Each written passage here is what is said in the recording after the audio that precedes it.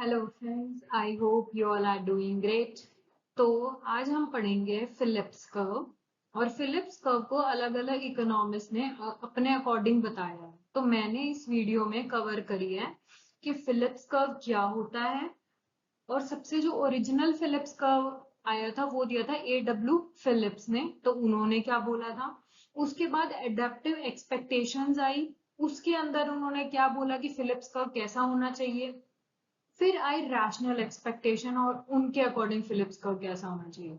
तो ये मेरा पर्पस है वीडियो बनाने का फॉर कवरिंग यूजीसी नेट, क्योंकि यूजीसी नेट में कवरेज ज्यादा होती है लेकिन टॉपिक्स आपको पता होने चाहिए।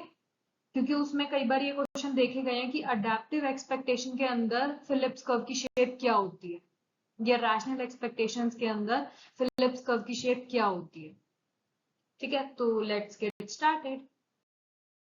फर्स्टली हम ओरिजिनल की बात करते हैं जो कि A.W. फिलिप्स कर्व, जिसके ऊपर नाम रखा गया है फिलिप्स कर्व। हम क्यों बोलते हैं, क्योंकि सबसे पहले ये A.W. फिलिप्स ने दिया था। तो ओरिजिन क्या है इसका। A.W. फिलिप्स एक न्यूजीलैंड के इकोनॉमिस्ट थे, इन्होंने दिया था। इन्होंने इंट्रोड्यूस किया था फिलिप्स कर्व का कॉन्सेप्ट इन 1958 के अपने पेपर में, जहां पर इन्होंने लिखा था, एक एम्पेरिकल रिलेशनशिप शो किया था। इन्होंने कंट्री के ऊपर स्टडी किया था, वहां से इन्होंने ये पता लगाया कि there is an inverse relationship between wage inflation and unemployment in UK. मतलब किस पे स्टडी हुई थी, फिलिप्स कर्व को डिराइव करने के लिए यूके के ऊपर हुई थी। तो इन्होंने ये देखा कि वेज इन्फ्लेशन और अनएम्प्लॉयमेंट के बीच में इन्होंने रिलेशनशिप निकाला। तो उस रिलेशनशिप में इन्होंने क्या देखा कि ओरिजिनल फिलिप्स कर्व सजेस्ट करती है एक इनवर्स रिलेशनशिप। मतलब अगर एक चीज बढ़ती है तो दूसरी कम हो जाती है एंड वाइस वर्सा। तो उन्होंने ये देखा कि अगर अनएम्प्लॉयमेंट कम हो रहा है तो इन्फ्लेशन, या हम वेज इन्फ्लेशन, ओरिजिनल जो फिलिप्स कर्व है उन्होंने वेज इन्फ्लेशन की बात करी थी। लेकिन जब भी हम फिलिप्स कर्व की बात करते हैं तो हम इन्फ्लेशन और अनएम्प्लॉयमेंट रहते हैं। तो यहाँ पे इन्फ्लेशन का मतलब कुछ और नहीं है, वेज इन्फ्लेशन ही है।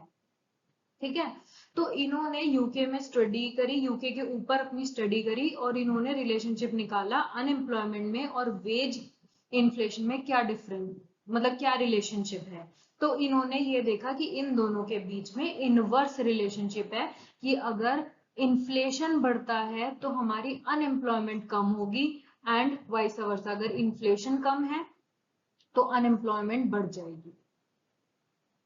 ठीक है, इसका इम्प्लीकेशन ये लिखा कि this relationship led policy makers to believe that they could achieve lower unemployment at the cost of high inflation, thus presenting a trade-off between these two.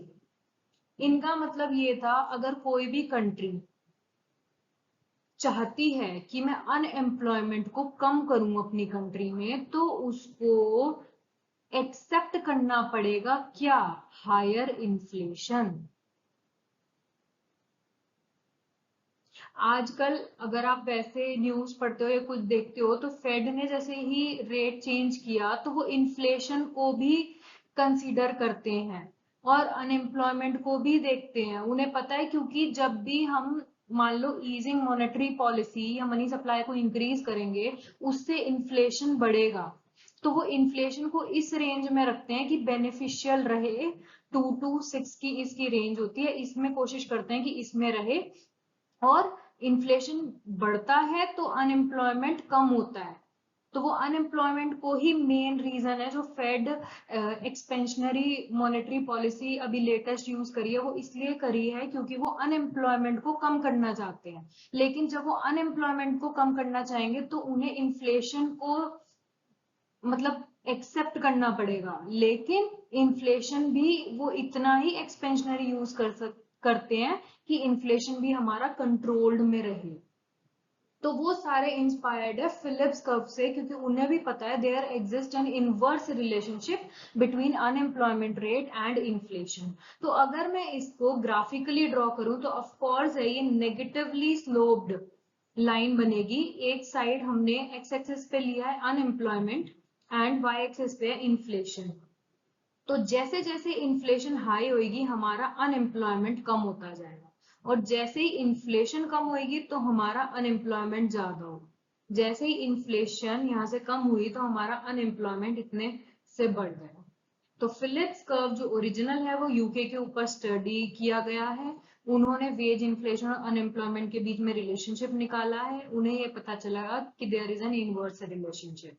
तो अगर किसी भी कंट्री को अनएम्प्लॉयमेंट कम चाहिए तो उन्हें हाई इन्फ्लेशन को एक्सेप्ट करना पड़ेगा। तो अगर बात आए तो फिलिप्स कर्व कैसा होता है, इनवर्स रिलेशनशिप और डाउनवर्ड स्लोपिंग होता है। फिर बात आती है अडेप्टिव एक्सपेक्टेशंस की। इसके अंदर आ जाते हैं हमारे इकोनॉमिस्ट मिल्टन फ्रीडमैन, एडवर्ड फिल्स। तो इनसे इंस्पायर्ड है एक्सपेक्टेशन, ये अडेप्टिव एक्सपेक्टेशन। इसका मतलब क्या है, it refers to the idea that people form their expectation of future inflation based on their experience of inflation. जब पीछे से बंदे देखते हुए आ रहे हैं कि हाँ इन्फ्लेशन बढ़ रहा है, ये है, तो we people revise our expectation for future inflation on the basis of our past experience. Adaptive expectation की डिफाइन है ये कि एडेप्टिव एक्सपेक्टेशन ये कहता है कि हर एक पर्सन अपने आप की फ्यूचर इन्फ्लेशन की एक्सपेक्टेशन फॉर्म कर लेता है, किसके बेसिस पे, जो उन्होंने पास्ट में एक्सपीरियंस किया है। तो इनके अकॉर्डिंग फिलिप्स कर्व कैसा होना चाहिए, तो ये कह रहे हैं in the context of adaptive expectation Phillips curve was viewed as stable in the short run. Stable मतलब जैसा कि फिलिप्स ने कहा है, मतलब there is an inverse relationship between unemployment rate and inflation. तो ये शॉर्ट रन में इस चीज को मान रहे हैं कि इन्फ्लेशन ज्यादा होगा तो अनएम्प्लॉयमेंट ज्यादा होगा तो इन्फ्लेशन कम होगा, and vice versa. If inflation rose, अगर इन्फ्लेशन बढ़ता है, पीपल एडजस्ट कर लेंगे अपनी एक्सपेक्टेशन को धीरे धीरे based on previous inflation rate को देख के। वो खुद अपने आप को एडजस्ट कर लेंगे कि हाँ भाई इन्फ्लेशन हो रहा है, ठीक है हो रहा है, पहले भी हुआ था अब भी वही चीज हो रही है, तो वो अपने आप को रिवाइज करते चलेंगे। इसीलिए जब अडेप्टिव एक्सपेक्टेशन की बात आती है तो हमारे पास दो फिलिप्स कर्व आते हैं, शॉर्ट रन और लॉन्ग रन। जब हमने AW फिलिप्स पढ़ा था उन्होंने सिर्फ एक ही कॉन्सेप्ट दिया, चाहे शॉर्ट रन हो चाहे लॉन्ग रन हो, हमारा जो फिलिप्स कर्व है वो डाउनवर्ड स्लोपिंग होगा, क्योंकि वो इन दोनों के बीच में इनवर्स रिलेशनशिप दिखाता है। लेकिन जब एडेप्टिव एक्सपेक्टेशन की बात आई उन्होंने दो अलग अलग बताए। शॉर्ट रन में तो इन्होंने बोल दिया स्टेबल है, मतलब इनवर्स रिलेशनशिप है। तो in this short run policy makers could exploit the trade off between inflation and unemployment, मतलब उन दोनों के बीच में उन्हें ट्रेड ऑफ देखना पड़ेगा। However, as expectation जैसे ही हमारी एडजस्ट होती है, trade off would weaken, leading to a conclusion that in the long run there is no trade off, कि ये कह रहे हैं लॉन्ग रन में कोई भी ट्रेड ऑफ नहीं होगा। ये जो कॉन्सेप्ट है सिर्फ वैलिड है शॉर्ट रन। तो इनके अकॉर्डिंग शॉर्ट रन का फिलिप्स कर्व वही है जो हमने AW फिलिप्स कर्व का पढ़ा जो ओरिजिनल था, लेकिन अडेप्टिव एक्सपेक्टेशन के according long run Phillips curve would be vertical line. It shows there is a no inverse relationship और no relationship between inflation और unemployment के बीच में कोई भी relation नहीं है।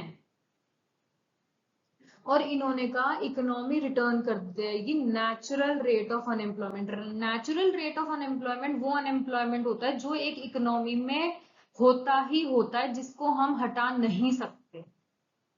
इसके अंदर हमारा फ्रिक्शनल और स्ट्रक्चरल अनएम्प्लॉयमेंट आते हैं। फ्रिक्शनल मतलब एक जॉब से जब दूसरी जॉब पे स्विच करते हैं पर्सन, तो जो बीच में टाइम पीरियड रह जाता है उस पीरियड में वो अनएम्प्लॉयड रहते हैं।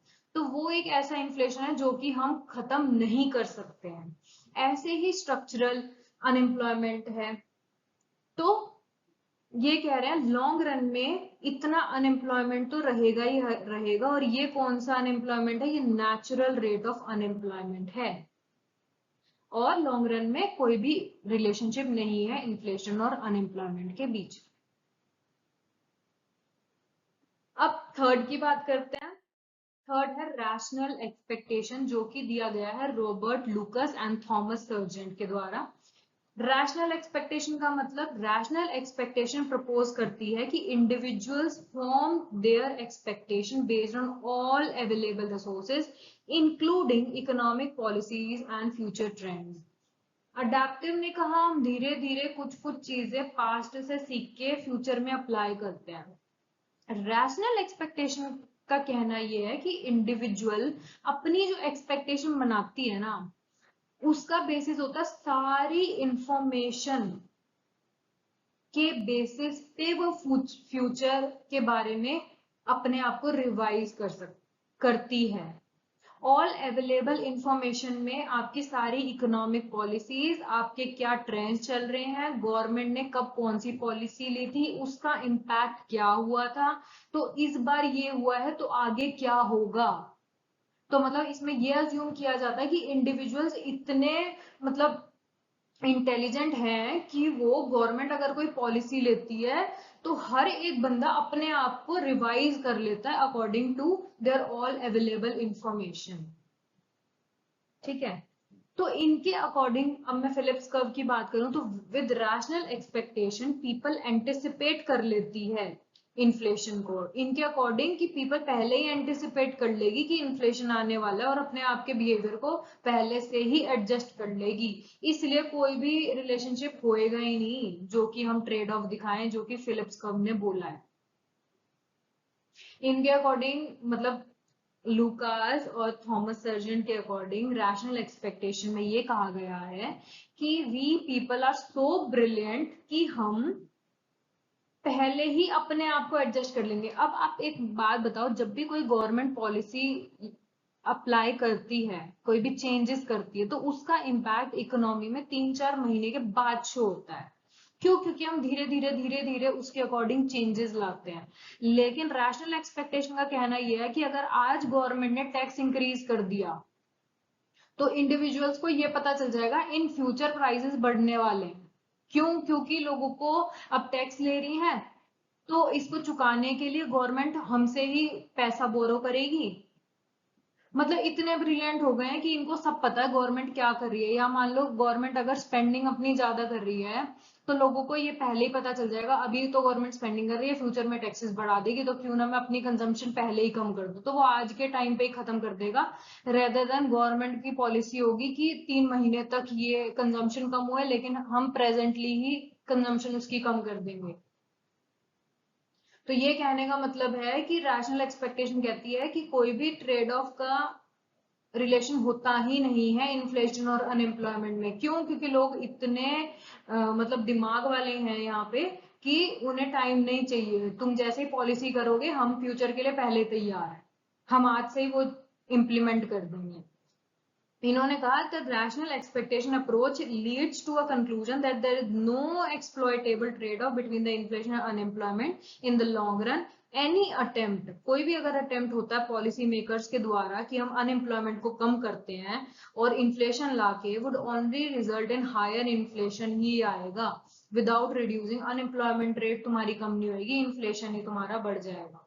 तो एज पर लुकास और सर्जेंट के अकॉर्डिंग शॉर्ट रन हो चाहे लॉन्ग रन हो, हमारा फिलिप्स कर्व वर्टिकल रहेगा। As simple as that. Phillips curve ने कहा था नेगेटिव रिलेशनशिप है। अडेप्टिव ने कहा शॉर्ट रन में तो आप ठीक कह रहे हो लेकिन लॉन्ग रन में वर्टिकल होएगा। फिलिप्स कर्व ने तो कहा था चाहे शॉर्ट रन हो लॉन्ग रन हो यही होएगा। अडेप्टिव वालों ने ये कहा, रैशनल ने कहा नहीं भाई स्ट्रेट लाइन ही होगा, ये कहीं नहीं जाएगा, कोई भी रिलेशनशिप है ही नहीं इन दोनों में। तो आई होप ये क्लियर हो गया होगा। तो यही चीजें हैं, आपको शेप पता होनी चाहिए कि according to rational expectation Phillips curve किस शेप का होता है। तो सिंपल से क्वेश्चन आते हैं इसमें। तो दैट्स इट, आज की वीडियो में इतना ही। तो अगर आपको कोई भी डाउट है तो please use comment section, and if you like this content please like, share and subscribe economics tutor channel, and have a great day. Bye bye.